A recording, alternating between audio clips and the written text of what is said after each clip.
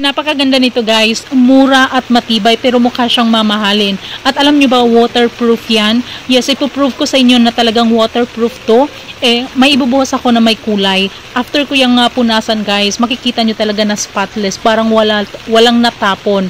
So makikita mo talaga na maganda to. Hindi siya kagaya ng mga nabibili mo sa mga mall, sa supermarket na mumurahin tapos madali lang mapunit. Pero ito guys, nakikita nyo, 'di ba? So mura lang siya pero maganda siya tingnan at maganda yung quality niya. Kaya ano pang hinihintay ninyo? Click nyo na yung yellow basket para maka-order.